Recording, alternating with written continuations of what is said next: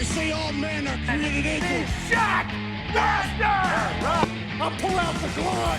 Full of suffering succotash, son. One of your nuts is hanging out of your shorts. Real glass! You have a father, but your father's dead. Hey everyone, welcome back to the Too Sweet podcast with Lucy and Estelle, and we're back with another Dynamite rundown and review. But before we get into that, we're going to start off with something a little bit different this week. So I asked if anyone had any questions for us, and I was a little bit surprised. We actually got a lot of questions. I kind of wasn't expecting any, but we got so many that we're going to split them. We're going to answer some next week too, just because, you know, if we went into all these questions, I think it could take up a whole episode. So yeah, while we've got a lot, we're going to use some next week. So thank you all. But if anyone's got any others, feel free to put them in the comments. Let us know. We'll be happy to answer them. So let's dive straight in. So the first question I had was from Sheriff Steele, who is a wrestler who you might not be familiar with him if you don't frequent places like Markham or Barrow, Odyssey Pro Wrestling, Knockout Wrestling, also the Kingdom of Wrestling in Southport. He said, "Who's your favourite sheriff in wrestling?" The answer's pretty obvious. Mr. Sheriff Steele. I want to plug. I'll put him over. Yeah, got to put him over. Got to plug Odyssey coming up this weekend. They're probably their biggest show to date, War on the Shore. It's coming up on Saturday, the 30th. If you fancy traveling to Morecambe or you happen to be in the area, you can't miss it. It's going to be amazing. And I'm going to be there. I'm going to be on comms. Estelle, what did you think? Exactly. You came to the last Odyssey show. What did you think of it? Yeah, I mean, other than being able to see Lucy in person at work, it was my second time at an indie show. I didn't really know what to expect, and I was blown away, honestly. Like the production value, the work that goes into it, just everything. Every single person who's there just puts over 110%. And not that it's undeserving for the crowd that it draws or for where it is or anything, but for what it is, where it is, and how good it is, it's just the best. It is the best. I think it is quite surprising. Like I think it does surprise people, like just the, like you say, the production value, and not to be like it's like overwhelming. Not that like, you know, looking down on it or being patronizing going there, but it just blew my expectations out of the water. That is a pun. Overboard. 10 out of 10, love it. So yeah. And the storylines as well. The storylines are incredible and long term, which is quite rare in indie wrestling, you know. Yeah, the stories are a big thing. It's something that you really get. Yeah, this weekend is kind of like the culmination of a lot of really big stories that have been building for a long time, so I'm really excited for that. Hope to see you there if you fancy it. Anyone who's listening, tickets are like £10, like so cheap. Anyway, let's move on to the next question. So Ian asked, with WrestleMania weekend coming up, will we be talking about WWE on the podcast? A very fair question. Obviously, we've only really talked about AEW so far. That's all we've talked about. Apart from touching on it when we've gone off on tangents and stuff. I'm going to be watching Mania. I mean, I keep up with WWE as much as I can. I don't watch the weekly product hour on hour because that would be impossible. But I like quite a lot of the wrestlers there. Don't know about you, Estelle. Don't know if you'll be watching it. Probably not, but like I'm not opposed to watching WWE in the future for the sake of the podcast. Yeah, so I mean, for me, don't really watch WWE, and it's kind of like I don't know why would I watch something that I know I'm not going to enjoy. Yeah. I'm always aware of what's going on with WWE. Always know the major talking points, and if there's a particular segment or a match, I will watch it. And I would be interested in maybe starting again, watching a little bit through this podcast. I think that would be like an interesting journey, but then I'm like, is that interesting for the audience if I'm talking about stuff that I don't really know what I'm talking about in as much depth, because, you know, I don't know the storylines like that. But obviously WWE is for, I'm not trying to say this to be a mark, but it's for the casual fan, so it is easier to pick up. Last time I did watch something from WWE was the Royal Rumble. I didn't watch the men's because I thought it would be predictable and boring, and it was. So, sorry, I've been a cunt. But I did watch the women's and I did enjoy it. And then Punk came to WWE, and I really thought that would spark my interest in it, but it just didn't. I watched his first promos coming back, and it just didn't. I've just got complicated feelings there, like with AEW and how it ended. So it's not enough for me to be drawn in. I did enjoy the sparring that was between him and Drew McIntyre, like the last Raw. That was good, and I'm enjoying like the worked shoots that stuff that he's been doing with Seth and Drew. But yeah, and I mean, The Rock does absolutely nothing for me. I could not give less of a shit about it. I could not give less of a shit about Cody Rhodes and Roman Reigns. It's too little, too late. It's a year too late.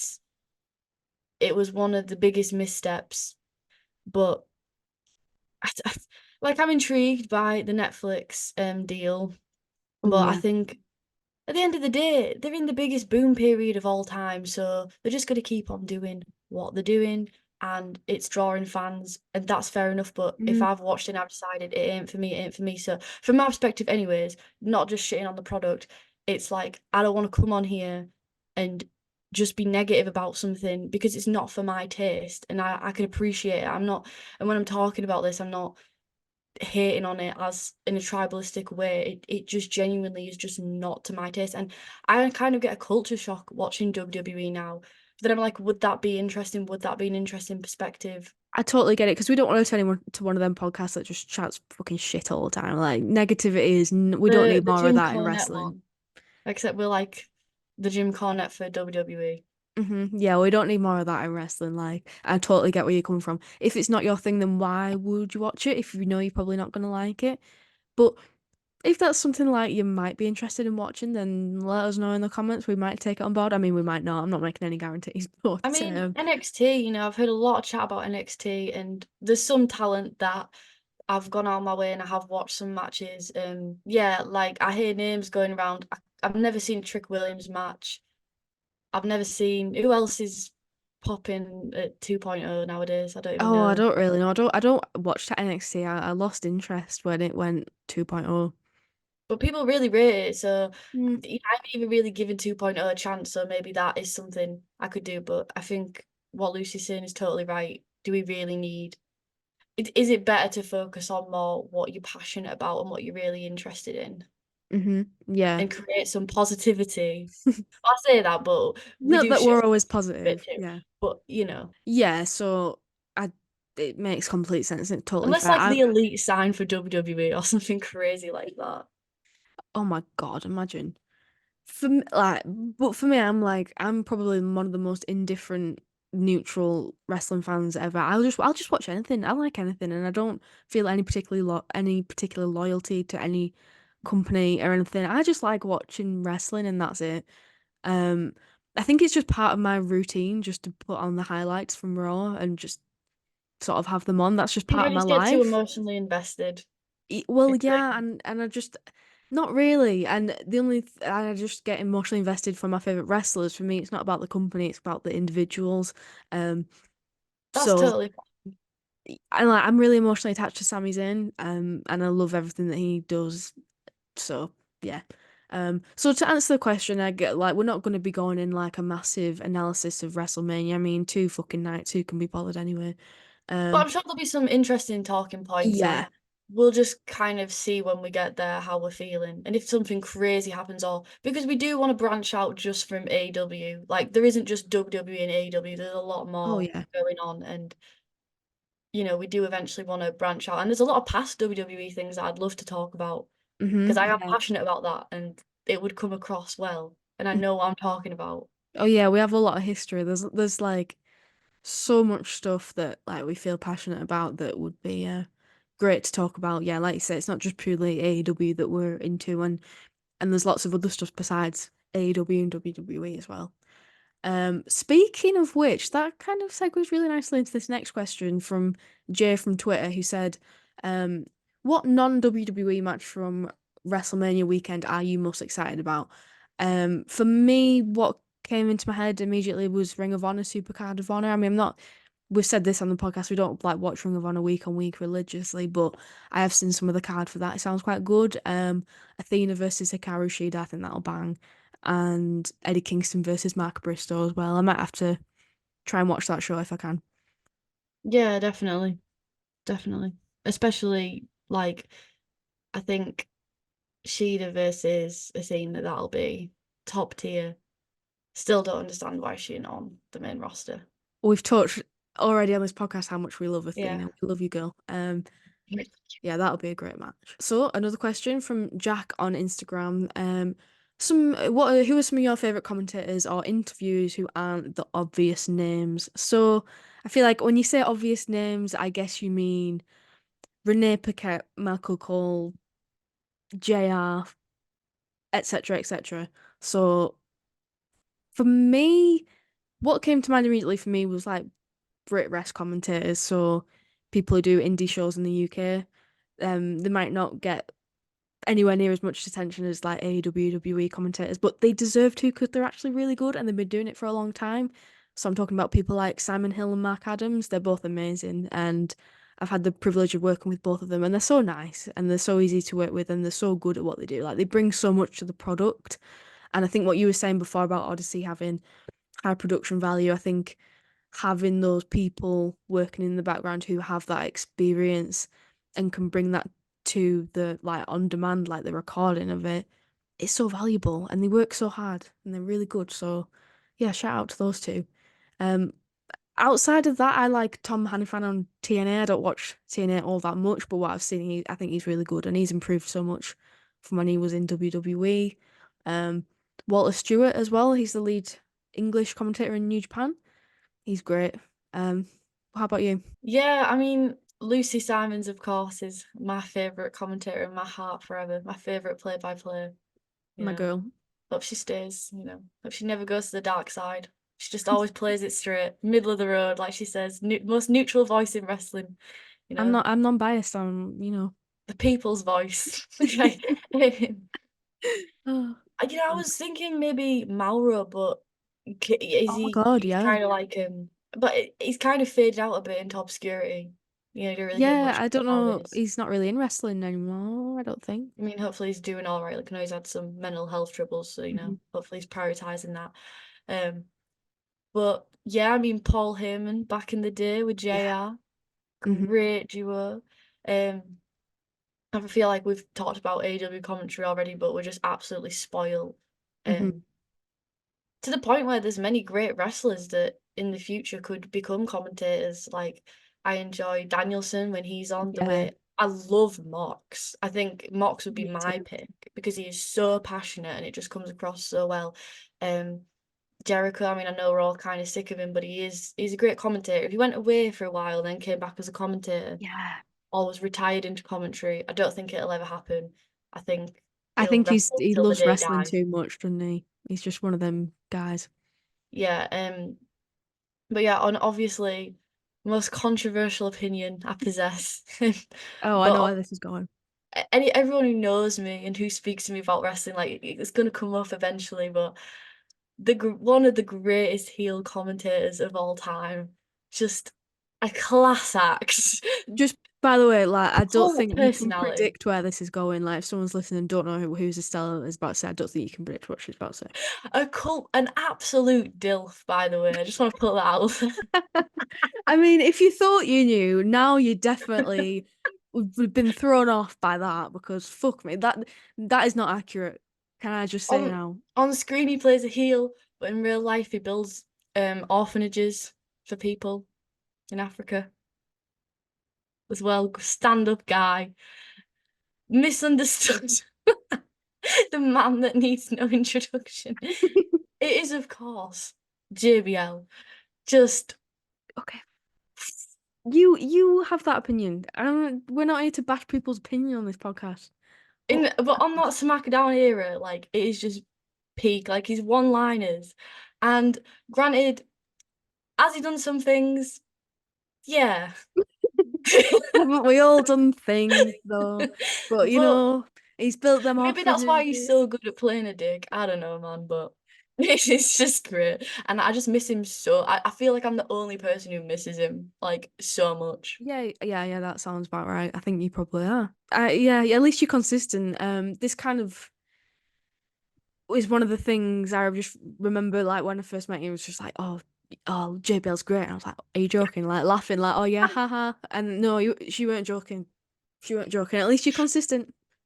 No, number one fan. Like, there's only a few people I'd pay to meet or be hyped to meet, and JBL is one of them. Like, it's like Kenny Omega, CM Punk, AJ Lee, and Mm. JBL.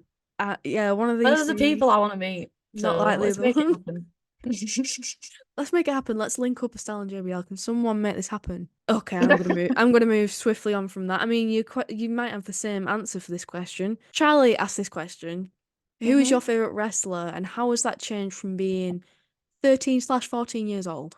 So that's when I first started watching wrestling, like seriously. Like I'd watched it before, but wasn't like watching it week on week. On Twitter. 13/14. I think I remember Dean Ambrose. Really? That was your hmm favorite? What was he doing at 13/14? Was he in the Shield? The Shield had like, yeah, he was in the Shield, and then the He was Shield broke shielding up. out. And You want quite Mitch the Planet in yet? no, not yet. You want the Not yet. lunatic fringe? They were quite No. scary in the Shield. Yeah, he That was slick like backed hair. the violent, the unhinged one. Yeah. Um, I also liked Claudio or Cesaro, what he was known as at the time. Still do. And can I just say, I still love John Moxley. Like Dean Ambrose went through a lot of shit in WWE, but he's amazing in AEW. And to have him and Claudio in the same faction, I mean, oh my God, unbelievable, If you could unbelievable go back scene. and tell yourself, 14-year-old you. Right. So now your favorite is Cesaro, but you also love Cesaro back then. Mm-hmm. So what do you think is like the difference between those two? What do you read into that? Like your tastes, do you think your taste has changed much, or do they wrestle a similar style? Like, I mean, I said this before, like I get invested in the individual wrestlers, right? And I think it's that. I think I'm just too loyal. Like I just kind of picked him, and I was like, oh yeah, he's my thing now, and I've just loved he's him my, throughout everything. But he's my whole personality. he really is. But he's not. I guess his gimmick has changed a lot over the years. He was in a lot of throwaway tag teams in WWE. He didn't really have a personality then. And now I think I love it more now because it's like I love him as a heel, and he's violent.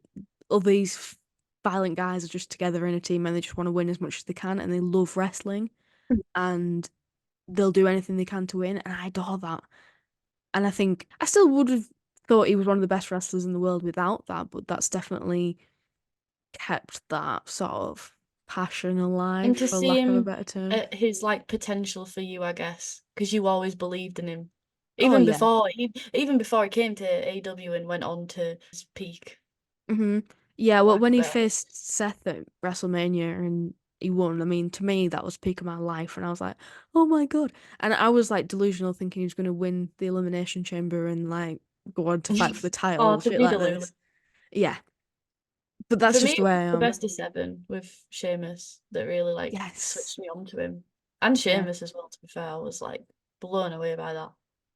Sheamus is an amazing wrestler too. I loved Sheamus when I was like 12, like when I first like started watching wrestling, like just sort of casually, I was like 11 or 12. I loved Sheamus so much.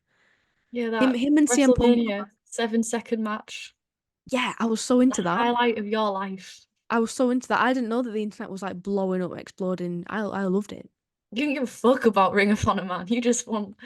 No, You just want Mini Goldberg to win. Brilliant. ginger Irish guy. How about you?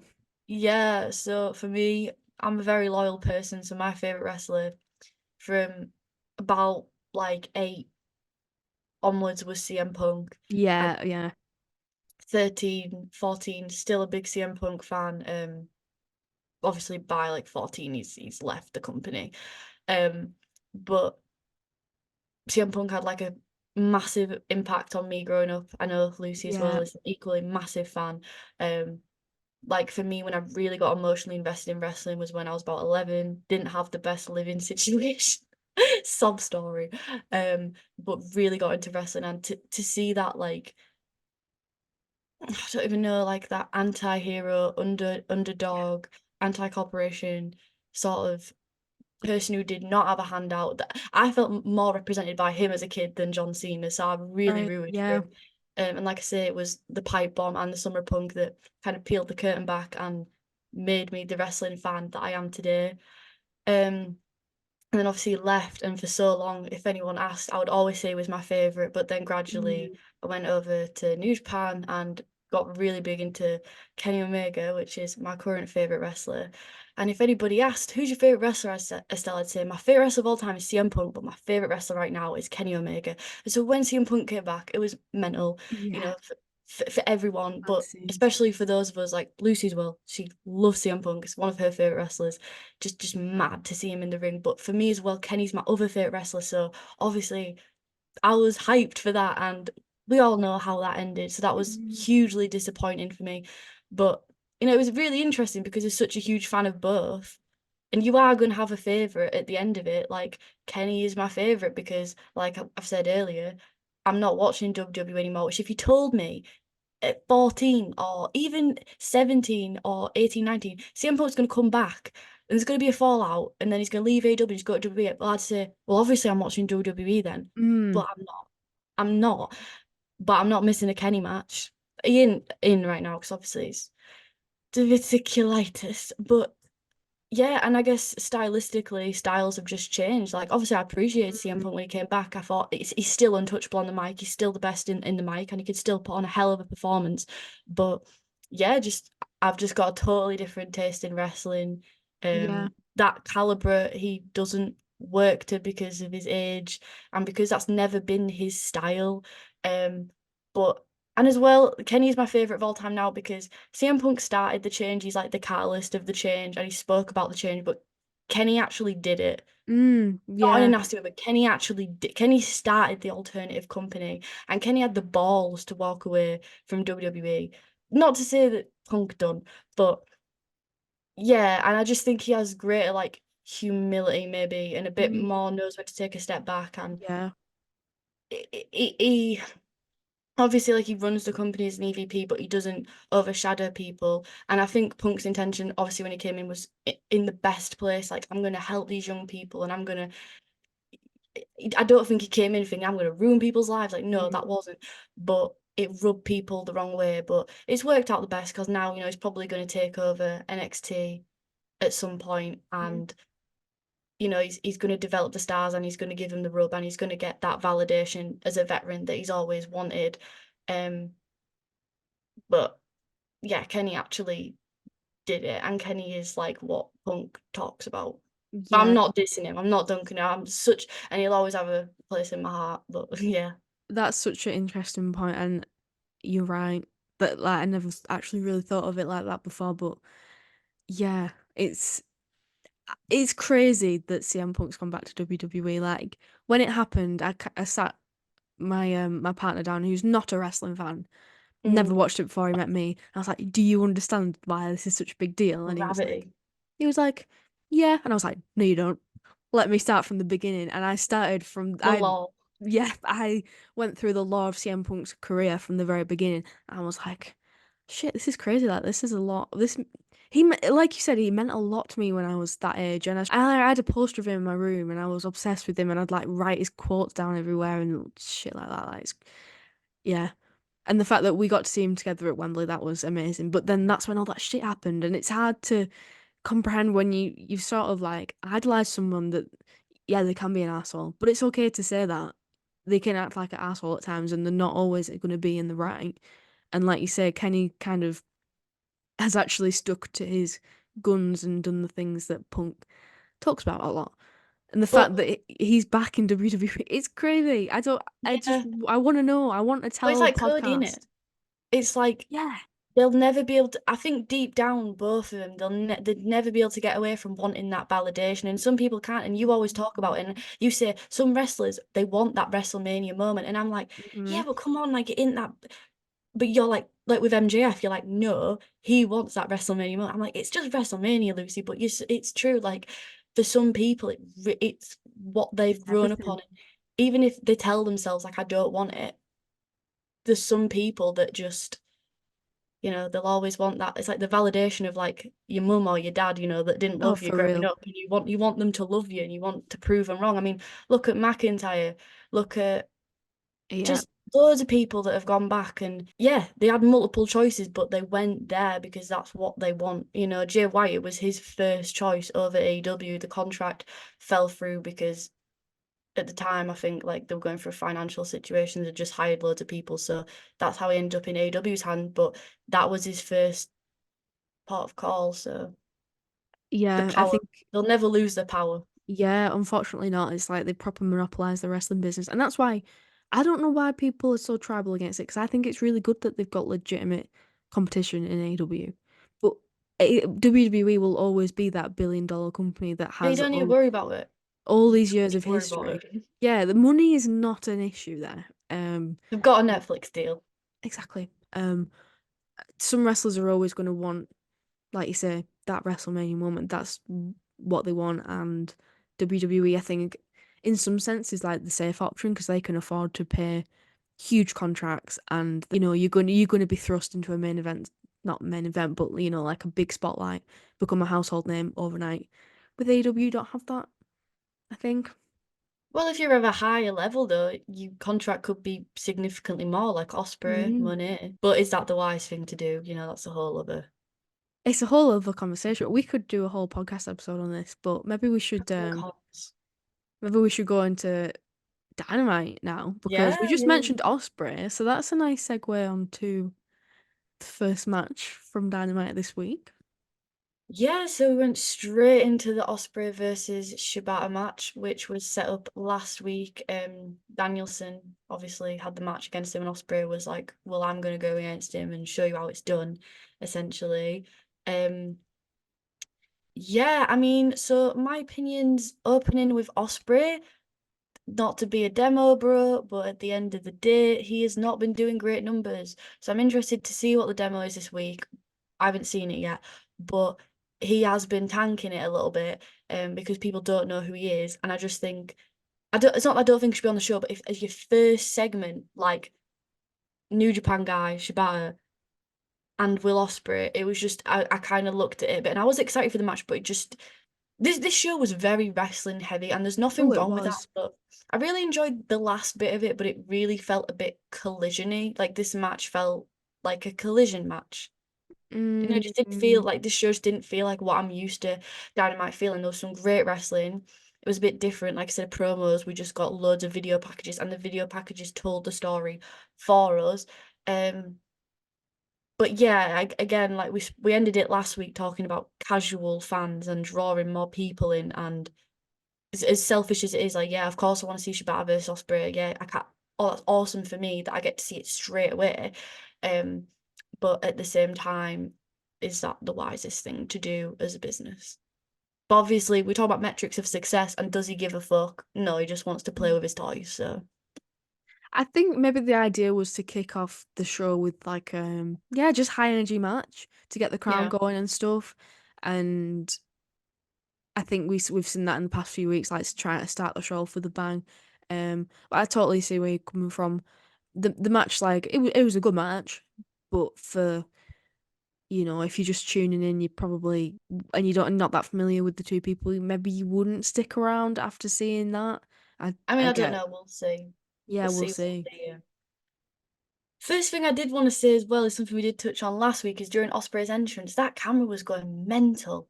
I was getting motion sickness. It was zooming. It was like, I get it. Osprey's here, and I felt like Tony was fucking spamming it backstage. Like, you need to be excited about Osprey being here. Like, yeah, we know. Yeah, I mean, it was interesting. It was an interesting match, especially when it really kicked into its last gate, got really good. Yeah. It is still kind of a bit uncomfortable sometimes to watch like Shibata in these heavy hitting matches because of his head injury that he had. Yeah, it was really heavy hitting as well, wasn't it? It was like they kept on matching each other and I mean, I'm not sure it's going perfectly down. covered up, like the hidden blade, you know, that is literally an illusion, and the strikes and stuff. Respect to that, you know, respect to that. And essentially the story in this match was they fought 7 years ago, but a lot's changed since 7 years. You know, Osprey isn't that young lion anymore. He's not that young boy. He's a man he's a man on a multi-million contract. Mm-hmm. He's Monica's the best wrestler in the world, and he's here to prove that.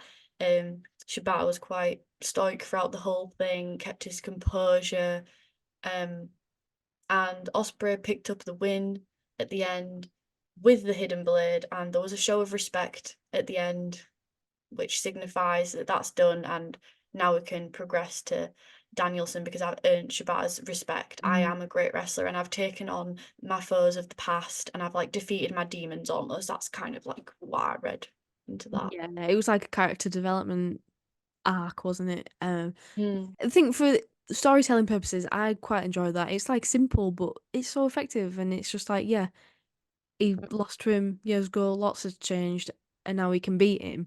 And now two of the best wrestlers in the world are going to face each other, and everyone's very excited for that.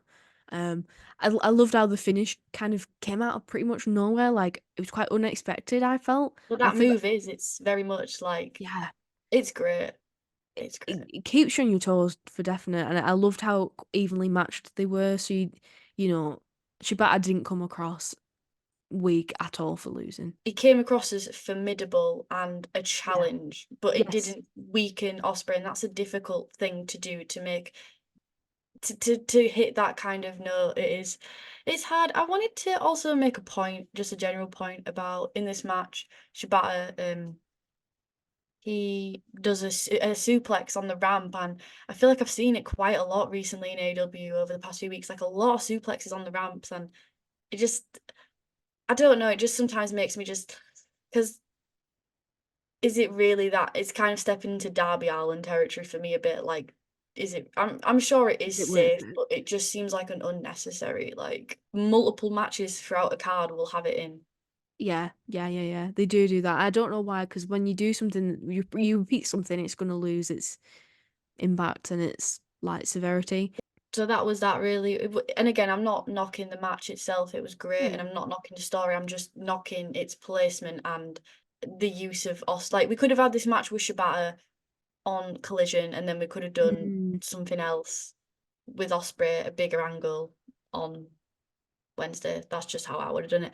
Then after we got a Danielson sort of video package Mhm. explaining his story, and we finally made use of them Ring of Honor tapes that we paid a lot of money for. So I was very happy to finally see the tapes in use. I like that video package. That was cute. That was very sweet. Obviously, they No, it skipped was. over his whole WWE chapter, but like, obviously they're gonna do that. I'm not saying they're like, oh, why Well, did we they couldn't do even that? get the tapes for Sting, so what makes you think we're getting them for Danielson? Yeah, it's just They alluded to it. yeah. The struggle. He had such a struggle. So after that, we went to the Young Bucks backstage with Renee, where they cut a dastardly heel promo, mainly telling a woman to smile more. Oh, Oh that my crossed the line. God, yeah. And not just anyone with Renee.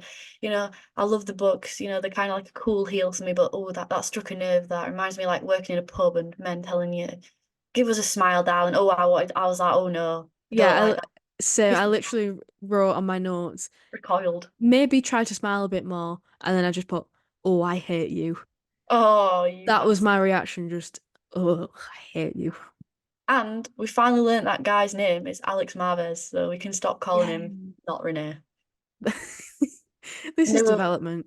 yeah, they were like, oh, we love Alex, bring him back. Bragged about retiring Sting and essentially said they're coming for the titles. And the Okada's going to be in the back for their match, like they were for his. And they mentioned that their life's pretty much been over since like a year ago when they lost the titles, which yeah, it kind of has been. Like it's only recently that we've really started hitting a new gear, you know, Mhm. after Yeah. All In really did go downhill for the Bucks, and I really feel for them for that because that was like the culmination of their labor that match. And Mm, it's not that they lost, it's just that afterwards, like it felt like something big was going to happen and then it just didn't. And partly that's to do with the Matt and Jeff stuff, and Jeff got the DUI, and then that all kind of fell apart. And yeah, I'm glad that they've done what they've done. Like turning heel is just like the fresh new leaf that they really needed to kick it up, and like they're proper interesting now. They're entertaining week on week. They're doing something different every week and just being complete arseholes, and it's great. Yeah, the presentation seems to be absolutely perfect. Like they've really finally nailed everything, like down to their entrance to everything. It's really working. So the next match led into that. It was one of the quarter-final matches for the tag team titles. That Sting and Darby relinquished at Revolution, and it was Private Party versus the Young Bucks, so this had classic Dynamite vibes all over it. I wasn't that excited for it though, because it's like, oh, I've seen this one before. But then I really got into it because I'm like, oh no, these guys are really good, so I don't know why I wasn't excited for it. It was a great match. Yeah, it was really good. It was like there was a lot of really nasty spots in it as well. Yeah, Well, you couldn't like take your eyes off it for a second because it was typical of those two teams, like really high paced. But oh my God, the Falcon Arrow to Mark on Quinn the when he barricade. was on the barricade, on down onto the floor. I mean, that was nasty. That was really, yeah, that was shocking. And yeah, I really enjoyed it at the start when they were kind of doing the moves in stereo. It's something that the Bucks Yes. do really great. It's something FTR does really great, but hmm it's something that DIY used to always do really great. But it always just gets me going, like in a tag match, watching them do it It's in so sync. satisfying to watch, isn't it? It just looks Is so nice. and then reversing it. Yeah, I'm really enjoying like the wrestling of the Bucks, but they've always kind of wrestled like that, like a really snipey style, and then they'll sort of do like a really inventive, like gnarly spot. They haven't really changed the style of that much because they've True. always kind of wrestled like that, but they just are naturally better heel wrestlers, hmm so the style naturally follows it. Yeah, the Bucks won with the EVP trigger. It was a bit messy, but we got there in the end. Yeah, did Nick slip? Yeah, I think he slipped. We got Things it. happen. But You knew what it was meant to be. it looked fine though, because it just makes them look like even bigger dickheads, like, oh, fucking up your extravagant, Yeah. stupid finisher, like, what knobheads. And Okada was at the back and he just kept nodding, so clearly he was enjoying it. He didn't get back invited to the production room. That's clearly only for the Yeah. EVP, but he was revoked to looking at the TV at an awkward angle and nodding. Typical. And every wrestler has that rite of passage. They have to look at a TV at an awkward angle. Yeah, so the Young Bucks won, so they'll progress. How far do you think they're going to go in the tournament? Do you think they're going to go the whole way? Like, what are you feeling? Mm, What are your predictions for this tournament? well, so well, not for spoilers later in the show, so they're going to be facing best friends next week. I think they're going to be best friends, to be completely honest with you. No, no, because I will kind of get into it more when we get into the best friends match, but no. No, I'll, just I'll no. just I'll Simple just I'll plain just draw a no. line with that, but no. We'll get back to that one. So after that, we got the Swerve and Takeshita. It was kind of from the angle of Takeshita, and then later on we got it from the angle of Swerve, which I thought was good because Mm, one, it is a number one contender match for the heavyweight title. It's a big fucking deal. Anytime the title's involved, it should be presented seriously, and I think AEW does a great job of that. I think you can never have too many video packages personally. Um, but I enjoy it, especially when it's like reminding people, hey, stick around, this is still yet to come, and it's mm. building up and building up and building up the suspense. Um, so that was great. And yeah, I enjoyed how it had the dual perspective. So we start from Takeshita and then later on we get Swerves. Yeah, It's just simple, but it works. you get both sides of the story then. Exactly. Exactly. And it breaks it up even more. And then and then we got a little bit about Darby Allin, and he was going on about how he couldn't make it to Everest because you can never hear enough about Darby Allin and Mount Everest. I thought because he fucking broke his foot, he'd fuck off and shut up about it. But no, we had to mention it about 5 times. I mean, it was with Tony Hawk, and so that's kind of That cool. was But pretty cool. I like watching Tony Hawk do some nice skateboarding on AEW. Wasn't expecting that. I'll quite like that.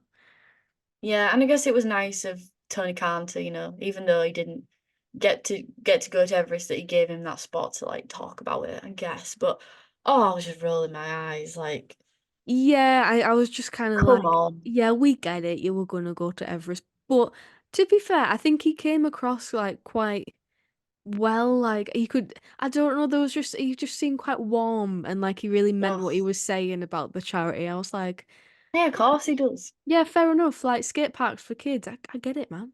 I Yeah, thought he was gonna go down the fucking half pipe with his broken foot at the end. if I never have to go another day without hearing him talk about Mount Everest again, I'll be good. Well, Bringing, he's got to did go I up it don't know if you eventually. saw that Jay White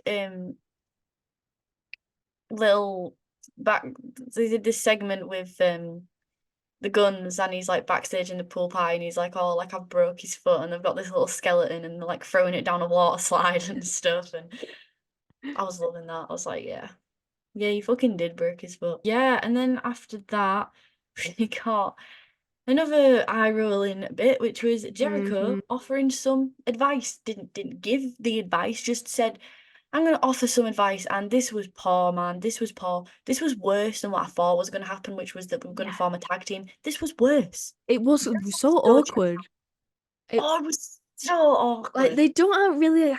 It's probably just because of it being live in front of a camera, but they didn't seem to have any chemistry whatsoever. I don't think either of them care. Like Jericho, he's so checked out, and he has been in the same storyline over and over and over again, and he's just like, yeah, so you impressed me out there, but it's like he doesn't care because he's done the same thing like 5 times. And I don't know who's pushing for the storyline. It could be that Jericho's pushing for it and he's trying to attach himself to Hook. It could be that Tony Khan's trying to do it to squeeze out what little he can get of Jericho, because Jericho Mhm. is off on top, thank God, at the end of this year. I mean, best case scenario is Jericho just keeps kind of dragging it on, and then Hook is the one to like fucking end him, and then he fucks off, and then Hook gets that kind of push of like, yay, got rid of Jericho, and we're all sick of Jericho. Um, Jericho gets to go away, rejuvenate, rock out, um, come back hopefully with a whole new angle. Just Do you know what I gone mean? Holmes. But I know that's not going to happen. It's way too fucking optimistic. But this was just so stupid. And then at one point, I just didn't get it. So he's like, "I'm going to offer you some advice," and Hook goes, "I'll take your advice." And then he goes, "Because you're Chris Jericho, but I know who you really are. You're not Chris Jericho." Was that a bot? Like, I don't understand what the Yeah, he didn't even really say like I know who you really are. He just said I know who you are, and it's like, what do you mean by that? Like it was just like, No, I get what it means. Just like, I know who you are. Like trying to make it like oh yeah, it's kind specific. of like he It just doesn't didn't come really across. trust him. It's like there's a bit of oh I know what you like sort of thing, and but then they fist pumped. Then he was like, "Bet." It was just painful. Yeah, it It was was. hard to watch. It's like, as Lucy said, this lad was wrestling Samoa Joe a couple of weeks ago for the world title, and now he's in the Jericho Vortex. It's just eye rolling. It's ridiculous. So then we got the women's segment. One thing I want to point out is Monet. Monet still hasn't really done much. Like in this, she was just commentating, and we can talk about like what actually happened in the match and how she enabled it. But I would like to compare it to Osprey and Osprey's debut, and whose debut's been more effective. Hmm. I'd argue has had a much more effective debut. I get it, like he's tried to do the CM Punk route with it, but I just don't think, especially as a baby face, like there's enough to really carry it, because it's not like she's been out of wrestling for a long time. If she'd come straight from WWE to AEW, then yeah, I think you could have done it this way. But Hmm. I think we're just running out of steam every week. And Yeah, yeah, it just, where's Britt Baker? Where's Tony Storm? Like, what are we doing here? You give it grace, and again, it's not terrible. It's not Chris Jericho level of bad. It's not unforgivable, but it is. I don't know. What are your thoughts on that and the comparison? it's losing momentum really quickly. Unfortunately, it's because we're taking the slow route of oh she's just cutting a promo, she's just on commentary, and like, yeah, I get it. Like you want to build to it. You don't want to rush it, but I would have liked to have seen her wrestle by now. I mean, it's been what 3 weeks? Yeah, it's not a long time, but And look at how much hmm, Osprey's been in action. right, yeah. So that's what made me And he's think in of a that. main feud with Danielson. exactly. Yeah, that's And what. even though they haven't like touched each other or spoken to each other, like Because yeah, comparing them to, you're seeing Osprey wrestle a lot, and that's what's made me think, oh yeah, I want to see Mercedes wrestle. Why haven't we? There's no reason not to, really. Why not put her in that match with Willow? I guess they try to build to that to make it a bigger deal, but why not just stick yeah. them straight in a match? Strike the iron while it's hot. Yeah, so this match was Willow, Statlander, Sky Blue. Okay, I understand. And then Anna Jane, I didn't understand at all why she was there. Like, I don't understand how she's earned this opportunity for the TBS title. I don't know if I've missed something there. Maybe there was something on Rampage. one of But the other shows. I didn't I didn't think she was that like impressive in this match either. Like she's just not at the caliber of the other women. Hmm. I was really impressed though with Sky Blue though. Like she was Yeah, great during this. She was yeah. great. Like she was like the standout. Willow picked up the win and Julia Hart attacked her with the belt at the end and then kind of had a stare down with Monet. But again, as we talk about believability, I don't believe that Julia is a threat. Like I don't believe she's like a heel. Do you know what I mean? Like when I look at that dynamic, I'm looking at Mercedes as the threat. Yeah. Does that make sense? Like she's more believable as the heel, and it just it's just not landing for Yeah, and me. especially because you had these sort of cross wires, because Monet was on commentary talking about her and Willow's unfinished business. So then I'm like, okay, cool. I get we've talked about this since she started. Who's she gonna be wrestling first? I just like to know now. I just want to know what direction we're going in. I don't want to be strung along and, the anticipation. I just want to know. I guess it's heading to, It's very convoluted. yeah, it's very convoluted for no Like reason. Willow's now number one contender for Julia, Hmm. and Monet's got history with Willow, but she's kind of on friendly terms, but she's kind of not. Like it's given frenemy situation. But then she wants the TBS title, and Julia doesn't want to be discounted and like overshadowed. It makes no sense. Yeah, It makes no it's sense. hard to follow. It's hard to follow, and it shouldn't be. It should be like straightforward. Yeah, I'm not saying don't have story, don't have backstory, whatever, but Yeah. it don't need to be that complicated. I guess maybe it's heading to Willow winning the championship from Julia. Maybe Monet even helping her win so that she can face her for it. She's gonna be like, I want to face you for that championship. I guess that'll be fine. Whatever. Do you think it's kind of just Willow's just Bailey though? In Yeah. character, and it to me that's what it kind of reminds me of is like we're just trying to do Bailey versus Sasha again. Not reducing Willow's Cheery, character down to that, but I don't know, that cheery, just happy hug sort of thing. Yeah, you make a fair point. and then we make Monet heel and then da da da. I like to think they do something not like that. I don't know anymore with the women's division. I'm at a loss. And obviously we're trying to force Tony Storm as heel, but Tony Storm is clearly a babyface. And we're trying to force Monet as a babyface, which is clearly heel. And you've got your top heel, you've got your top babyface right there.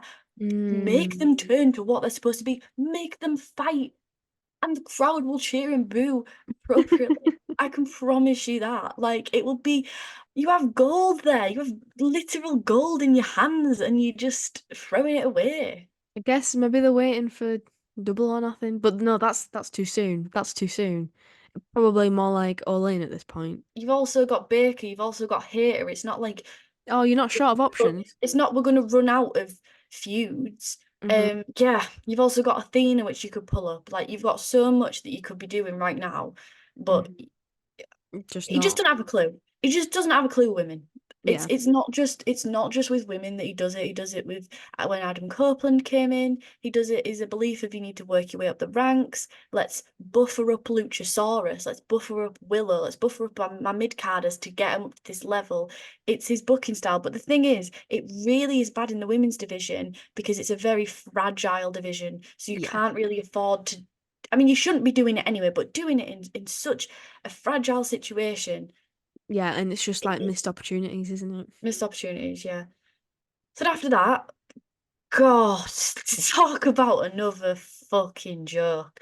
Dustin Rhodes comes out, right? Cuts a promo. Oh, For bless some you. reason. You're 55. And you know what? When you came out when times were tough, Swerve should have squashed you, but you did put on a good fight and you've got it. You've still got it. And then the Butcher comes out. Who? Who Why did he have cares? like stinky breath or something? I didn't quite understand that.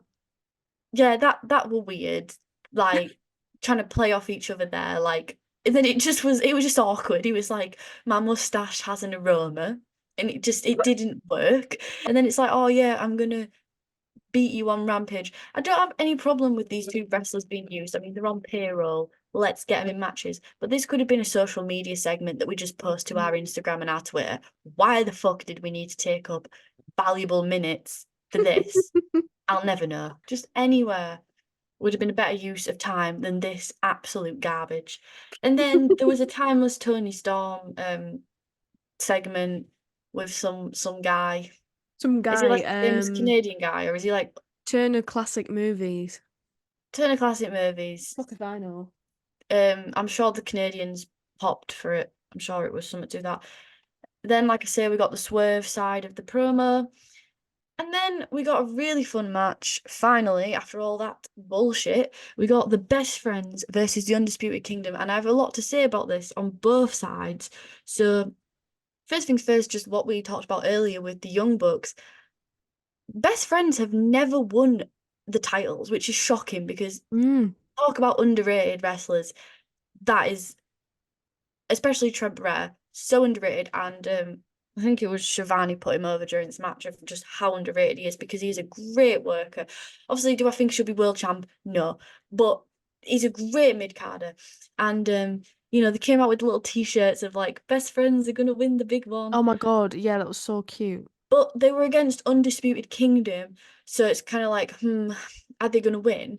And obviously they won, and that's awesome. And I really hope they win the whole thing. But I do think it would be good if the Bucks beat them for heat. But I really hope they win the whole thing because they fucking deserve it, okay? They've worked their asses off since like day one. They deserve it. It's a bit of a shame though that it's not with Chucky, but I think they have a higher likelihood of getting the belts because it's with Orange Cassidy, and I think So Tony Khan true. would want to put that on him. You know what I mean? It's a better team. Yes. But it was weird because Undisputed Kingdom just we're putting this over as this big sort of unit and faction. Wardlow's failed to get the title, and now Bennett and Taven have just been absolutely mugged off in this. So where's your head at with this? Because that's my overview. Yeah, so I felt like the Kingdom needed this win because they are falling a bit flat and they just need something to make them not look like they just can talk the talk but cannot walk the walk in the ring. Because, yeah, like you said, what have they actually done recently? I mean, on But Roddy got the international. but I don't know. I feel like that doesn't have the impact that they perhaps think it does. I don't know. I'm like, don't really care all that much about that. Well, And it's because he hasn't really done anything with it. yeah, But it did have impact from Orange Cassidy's side because I loved how in the match side instantly just pops in one. It just pops in yeah, one. And I just thought that was because you saw this really inflamed side of Orange Cassidy straight from the yes, get-go because he's love that. fuming about losing that belt. It means so much to him. That belt is part of his character. So Yeah, and then yeah. because Orange, like the commentary said, he's showing more emotion than usual. But then the referee was distracted, so then that meant that Trent got like pile driven on the apron. So that was effective. It's like, yeah, this is why Orange keeps his cool all the time because when he makes a mistake, like shit happens. Yeah, that was really nice. Yeah, and it Um, looked really gnarly, that offense of that pile driver. Like it was just dun dun boom, walk away. It was brutal and it was great to see, but I just don't understand because maybe you just don't put these two teams together because I want both things to happen. I want to believe in best friends and get behind them as like the underdogs, but I also want Undisputed Kingdom to get the win, but maybe don't put them together in the brackets. yeah, because You could have put them against Private Party, for instance, and just wiped the floor with them. if you had um Undisputed Kingdom winning, then it would have been them versus the Bucks, and that wouldn't have worked because it's two heel teams. So, yeah, I think the brackets kind of spoke for Or unless like you themselves in that flip it sense. over. Mm, Maybe you do yeah. them with FTR or something. I don't know, but it didn't work. But Trent Beretta picked up the win, which I was so happy for as well. Like, again, him getting his flowers, him being able to pick up the win. But what the hell is going on with Undisputed Kingdom? What the hell is going on? I think this match, at least, it didn't bury them completely. Like, I think again, it was another instance of the finish kind of caught me off guard, and you Mm. couldn't exactly see it coming because it was a reversal like jackknife cover, and the Kingdom were like lining up for the finisher, and then it was like out of the blue, and even commentary kind of played it off like, "Oh my God, no way!" And I think maybe if you go down like the Undisputed Kingdom needs to redeem themselves sort of angle. Maybe Adam's gonna come in and be like, "What the fuck are you guys doing?" They'll look at Roddy. Roddy's fucking amazing. What the fuck are you guys doing? Type of thing. Then there could be potential for some interesting down the line, but at the moment, I'm just kind of not interested.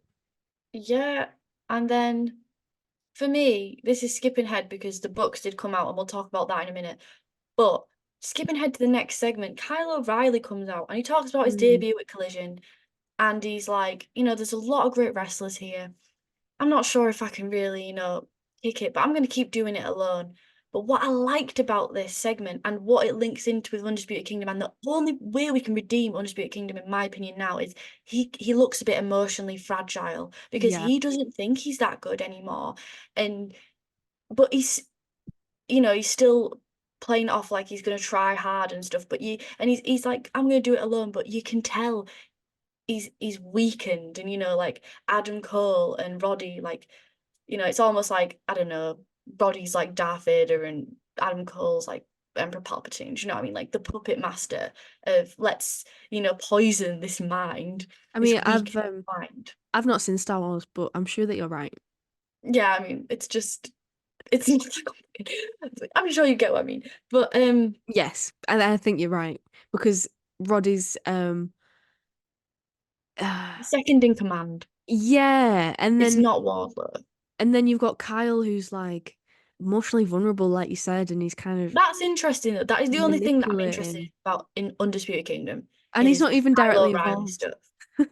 But yeah, but it's the only way, and I'm interested how are we going to do it, because I think it's going to get to breaking point with Undisputed Kingdom where, fuck me, because it has to. We've lost this. Wardlow can't pull it off.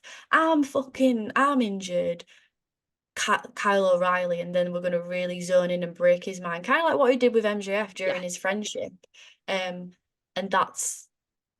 it's going to break our hearts to see Kyle O'Reilly go from this like innocent, and he's come back, and and I think to watch him get emotionally manipulated, but he doesn't know it in the that'd be way of fun. MJF, but we're aware of it now. It's a great parallel and it's a great story. So hopefully that's what we focus on. Yeah, hopefully. I would definitely be into that. Yeah. But before that, the Bucks interrupted the hug spot. Excalibur's like, "You want to give people what they want?" And then they cut off. And the Bucks, this was brilliant. They come out from the fucking lift, Yeah, walk up, yeah, so extra. and then just walk back out and then descend like villains. It was so good.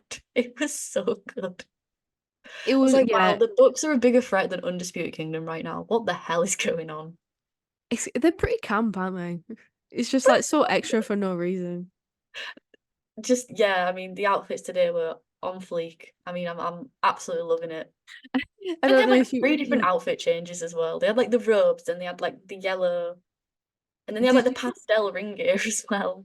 No, they are very, very camp, but love that? I just think it's interesting because yeah, I'm excited for that, and for the books and what you've said. Like, I'm interested. Will the Bucks win? And will it be like a really upset defeat? But then it's kind of an upset defeat if best friends win.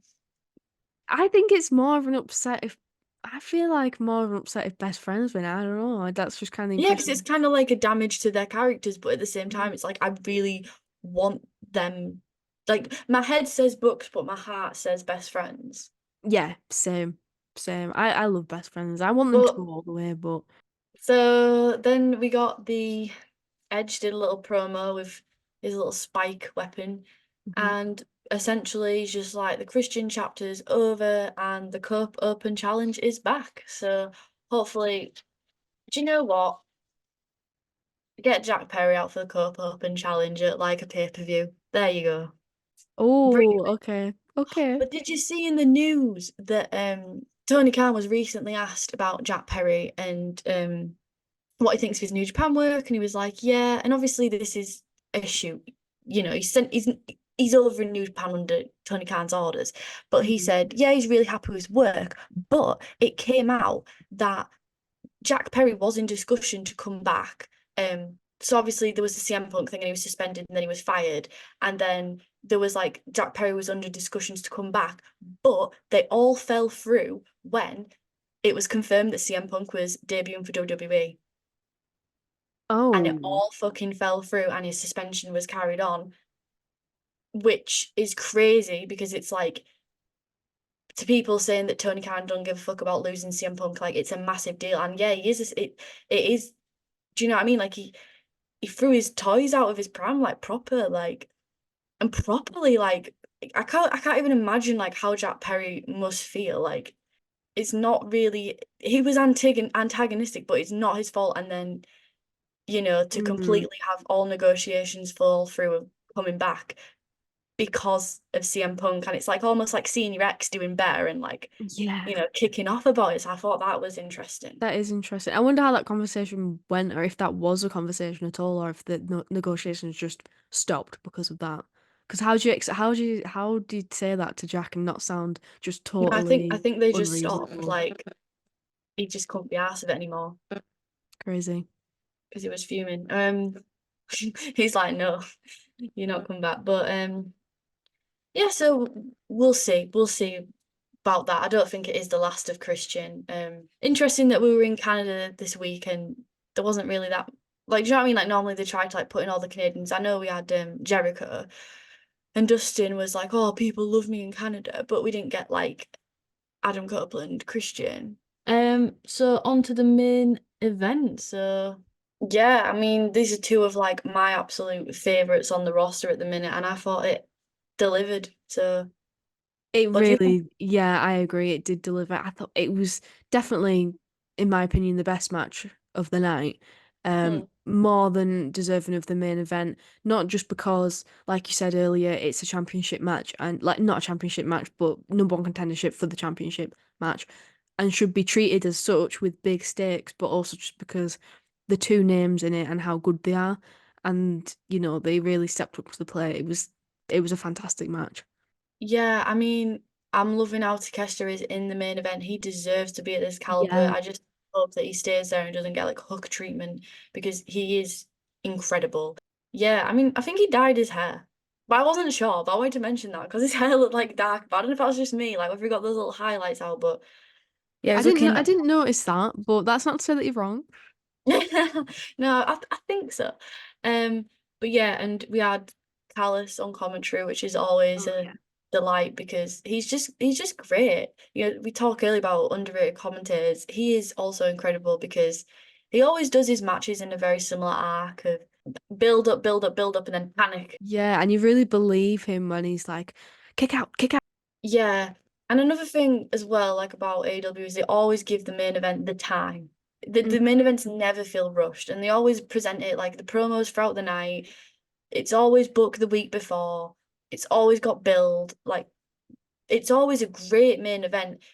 Very rarely is it just thrown together like, Yeah. oh, do you know what I mean? Like random tag team matches, like these two against these two. Not to say hmm those matches don't exist, but for Dynamite main event, it's always It's top. always, yeah, like this has stakes, this matters, and this is the main event because of this reason, and it makes complete sense. And you're actually excited to watch it? It was just what you'd expect, really. It just delivered in you got Swerve, you got his movements, the way he transitions, like the way he jumps and rolls like so Yeah. smoothly. It's insane. But then he'll hit his move with such power.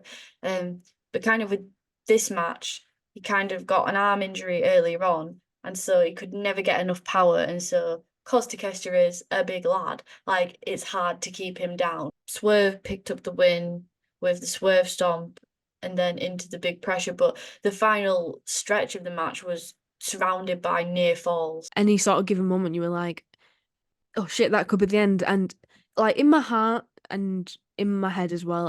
I hoped and I sort of knew that Swerve was going to win, I think. Yeah. But it really did have me at times where I was like, oh shit, I think Takeshi's going to do this right now. So it was like unpredictable. Yeah, definitely. Um, so yeah, he's now the number one contender. So Love that for do him. we think he's winning at Dynasty?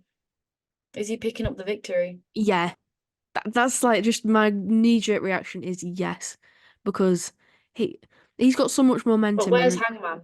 mm, yeah. Oh, I don't know. If you just look Hangman's at got to play into it somehow. I'm not saying yeah, it's that he runs out and costs him the title because that would be quite cheap. if you take Swerve and Joe on face value, Swerve is the winner in my opinion. But yeah, you consider what Hangman's gonna do, it's not as clear cut as that. But that's why it's interesting. Yeah, exactly. That's why it's interesting. It'll be great to see him go one on one. Because Swerve, even though when he was heel and even when he's face, he kind of has that kind of cruel streak about him. He really works well against bigger guys and guys where it, do you know what I mean? Almost like that David Goliath type match. And I Mm. know that's like heel babyface dynamic in general, but it just seems to work well against like those bigger guys, where he has to really put his all in and put his all in and you really like get behind him as the Yeah. underdog. Because I guess when he's versing just your average white meat face or like just your average plate straight heel. He's more of a menace than him, so he needs like a Yeah. level up, to really. With Hangman, you've kind of got the psychology. Hangman's dangerous and unstable. With Joe, you've got like the strength, the size. Joe's gonna fucking kill you, there's that chance for it. Takeshita just doesn't die. He's like the Mhm. final boss that just doesn't die, like keeps coming back to life. You need that kind of thing, I feel like, for him. Yeah, he's got that dynamic, hasn't he? Like Because that works otherwise, I really just well. don't believe it. Yeah, I That's feel how like good he is. sometimes you've got to like underestimate him. So yeah, I really enjoyed it. And then at the end, Joe cuts a promo after Swerve picks up the victory, and he essentially talked about next week is going to be a contract signing, which I'm Mm. interested in. That's already got me hooked for Dynamite next week. And that basically he's just going to end him, so he don't give a fuck. And I just love the way Joe always plays it. Like he's like, "You think I care?" Like, no, I'm Yeah. I'm just going to kill you. I, But again, it's I, like underestimating and yeah, and see. that's where Swerve thrives, like we've just said. I just wanted to say as well in this, I loved how it was kind of like the match ended and it seemed like it was just go home, but then you had this extra little thing with Joe and like first off you just got him watching the TV, but then Renee kind of swooped in and asked him a question. I love that. Yeah. That's like the sort of like the realism that we talked about last week, where it's like she's there and she's trying to get a word with someone like whenever she can. Love it. Simple but really effective. Yeah, I suppose they got one good Canadian with Renee. Yeah, I agree. It was just well done and just at that high point of intensity and then it gets you even more excited. Mhm. Yeah, that was Dynamite really. What is your rating this week? Like where are you at with it? What did we say last week? Did we say 8.5 last week? It was 8.5 the first week we did Oh it. yeah. Last week it was 8. This week for me it's like a 6.5. Oh, that's a steep drop. Because Why why so the steep? only good thing in it was the starting match and the end match, and everything else in the middle was crap. And even the Best Friends and Undisputed Kingdom match, well, we've just discussed it. Like, yeah, I enjoy the ending, but Undisputed Kingdom don't look good coming out of that. They've fallen flat. And yeah, there's potential to save it, but just because there's potential doesn't make it good because they could not go down the angle. And sometimes, like, I feel like with AEW, you can give it too many good, like the women's division, and you're like, surely they won't go down that angle, but you Mm. don't know. So that's just where I'm at with it. Because what honestly happened in the middle that was good? I mean, the private party versus the Bucks was quite a good match. True, that was quite good. Uh, I quite liked that there was quite a lot of high stakes matches. So you had, the women's number one contendership that, well, Yeah, it's there all about was building stakes, towards the right? titles, wasn't it? It was all like who's going to get the next chance at the title. Um, and I think everyone had enough time to sort of progress the story that they're trying to tell, but it wasn't as entertaining as previous weeks. Um, But you If know, not every match was a contender match. yep, it Every was. single one. Yep. I've just Even realised that even when I was just Shibata saying it. versus Osprey is a contender match because it's like proving that it's the step to go to Danielson. And obviously it's all necessary, but when every match is the same, and I'm not saying there was good wrestling, and I'm not saying there was no stories. There was stories, but there just wasn't that big, exciting moment for me. Like Yeah, big that's moments. fair. And there was a lot of things where I look at them and yeah, you're progressing the story, but not well. Like the Monet thing, it's losing steam. Undisputed Kingdom, it's losing steam. Why the fuck is Butcher and no, it is a 6.5, and that's generous. Butcher and Dustin Rhodes, Jericho and Hook. Okay, that's like 4 offenses already. And and there was some great wrestling and some great matches, but it's like great start, great end. Yeah, I'll give it to the Bucks and Private Party, but again, contender match. And I get it, there's a tournament, but it's too much. It's too much of the same. Yeah, it's a fair point. It's a fair point. Yeah, when it's like the same thing, you don't really have that bit of spice just to keep you on your toes. But as a compromise, we could round it up to a 7. That's what I was going to suggest. Yeah, I feel like 6.5 was just a little bit too harsh. I'm sorry, it really pissed me off like several things, especially the Jericho Hook thing That's what's dragged it down all them points. and that Dustin Butcher thing. But yes, that was a 7 out of 10. It's still not a bad score. It was Oh still yeah. watchable. Definitely worth checking out. Like we say, Private Party Books, Osprey, Shibata, and Takeshi to Swerve. But there is one more thing I'd like to add on regards to being a demo bro. Did you hear about the Bischoff and Tony Khan drama? No, I didn't. Please enlighten me because I'm quite intrigued now. Yeah, I so don't this know how I popped missed off it. on Twitter, so I'm surprised you didn't see it, but maybe Mm. you're avoiding spoilers. At 4 a.m. Sadly, Eric Bischoff is some news tonight about the future of Strictly Business with Eric Bischoff, which is his podcast. Essentially, it's coming to a close. Tony Khan replies to it and says, "Sunsetting this fraud of a business podcast before the next AEW media deal is a wise choice." So Oh, that was part one. And then Tony part two, Tony Khan. yeah, Tony Khan just fucking Jesus, tweeted it and said, Jesus, "Sunsetting this fraud of a business podcast before the next AEW media deal is a wise choice." Jesus Christ. And then after that, right, so obviously Bischoff had to reply. He took a picture at hard cam, didn't he? Obviously, with, it was tapped up. And he said, "A money mark with no talent other than spending daddy's money, going all the way to Canada to draw less than 4K in one of the hottest pro wrestling markets in North America. Talking about wise choices, strap in. It's gonna be a fun day." Oh my God. Okay, I wasn't expecting that. So obviously there's like major heat between Bischoff and Tony Khan. That's been for a long time since he kind of stopped putting him on the payroll and inviting him out and stuff. And then Bischoff kind of said a few things on the podcast, and Tony Khan did not take kindly to it. To start with, some of the stuff was reasonable criticisms quite early on about the business model, and obviously we have questions ourselves about the business model, but then it's kind of spiraled out into a lot of like just fucking negativity from Bischoff. Originally it was like a valid point, I think, but then it's just you know, dick riding on hating AEW and Tony Khan. And Tony Khan done himself no favours. Obviously, he's like, when the AEW media deal comes along, but where is this media deal? I want to trust that you've got a media deal, but this media deal business has been going on for so long now. You know, where is it? Because they've been having it be teased for so long. It's just like I And swear I've got a girlfriend. She just goes to a different school, like that kind of vibe. but I don't want to think this, but I think does he even have the deal? And I feel like he's probably just tweeted out and he doesn't even have the deal yet. Oh yeah, Like I can see that. that's highly possible. Yeah, I would Like he's not put it past him to do that. at like 4 a.m. It's just like, man, like, but And it's great drama and it's funny. 4 a.m. our time, right? So In like UK time, do you mean? No, Or I think it was 4 a.m. in the States. oh shit, I was gonna say like if it's Like he's 4 on a.m.